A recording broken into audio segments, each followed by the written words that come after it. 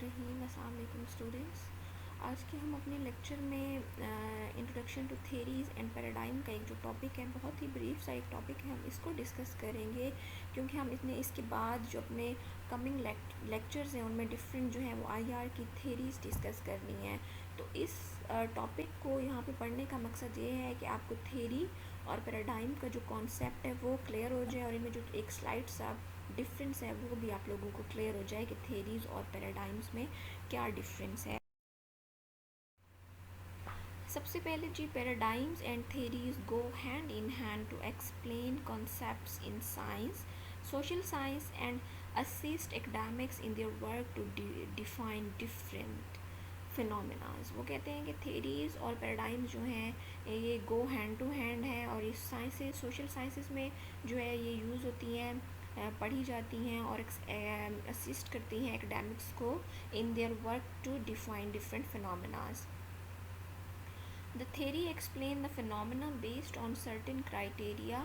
Theory जो है वो एक ऐसे फिनोमिना को एक्सप्लेन करती है जिसकी बेसिस होती है किसी क्राइटेरिया पे, while the paradigm provides the background और the frame that allow a theory to be tested and measured. जबकि पैराडाइम क्या करती है, पैराडाइम वो बैकग्राउंड या वो फ्रेमवर्क प्रोवाइड करती है जो कि थेरी को टेस्ट या मेजर करने के लिए ज़रूरी होता है या चाहिए होता है।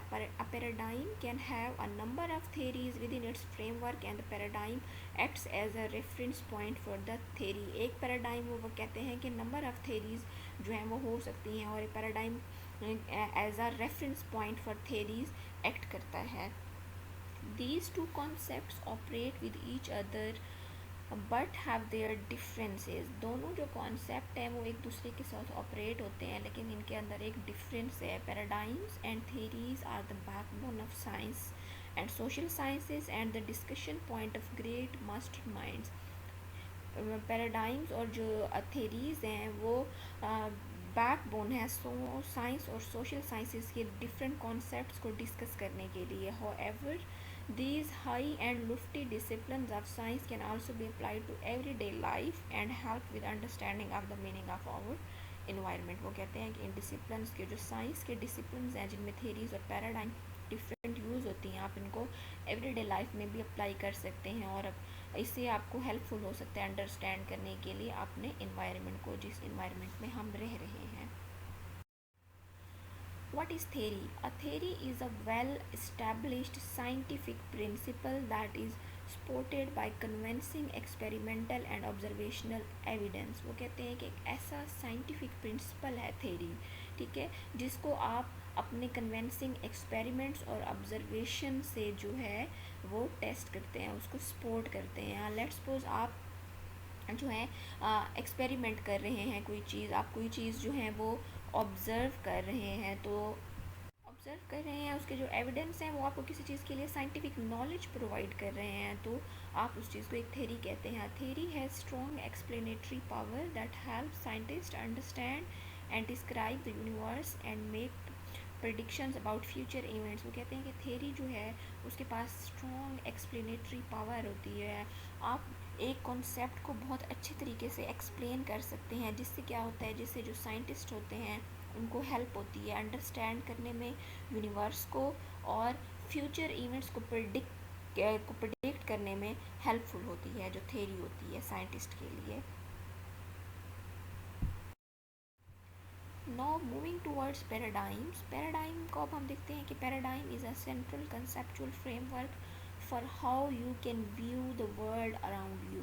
कहते हैं कि पैराडाइम एक ऐसा सेंट्रल कंसेप्चुअल फ्रेमवर्क है जिसमें आप अपने इर्द गिर्द जो दुनिया है उसको आप देखते हैं, उसको ऑब्जर्व करते हैं। Paradigm can be so pervasive and broadly accepted as to be almost unnoticed, much the way you don't usually notice the air you breathe। वो कहते हैं कि एक पैराडाइम इस तरह से है कि आप उसको इतना नोटिस नहीं करते, जैसा कि वो कहते हैं कि एक हवा, लेट्स सपोज हवा में हम सांस लेते हैं लेकिन हम कभी उसको इतना नोटिस हमने नहीं किया कि हम किस चीज़ में सांस ले रहे हैं, हमने उसके बारे में इतना सोचा नहीं है, हमने उसको नोटिस नहीं किया। आगे वो इसकी एग्जांपल दे रहा है कि आपको क्लियर हो जाएगा फिर पैराडाइम का। For example, early observer of the human assume that human beings were at the center of the solar system। वो कहते हैं कि जो अर्ली ऑब्जर्वर थे उन्होंने क्या अज्यूम किया था कि जो दुनिया है it is the centre of solar system.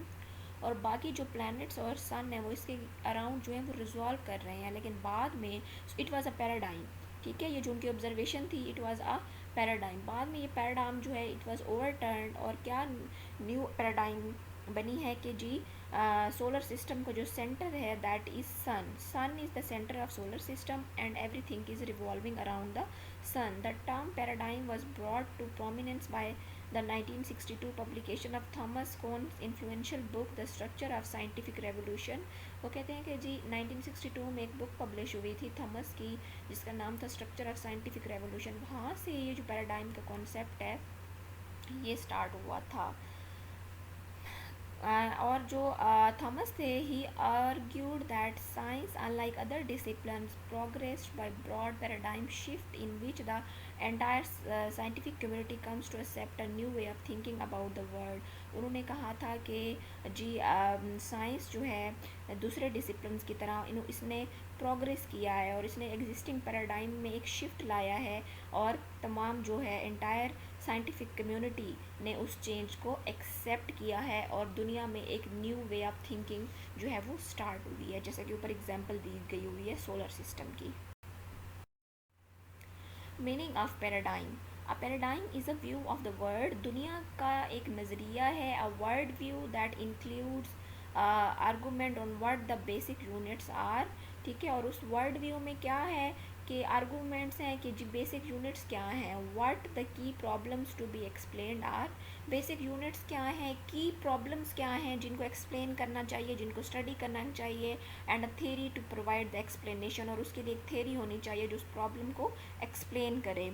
While scientists argue about paradigms in quite explicit terms, we should organize that we all have some world view about the international system as much as about the physical world। वो कहते हैं कि जी हर इंसान का एक world view होता है।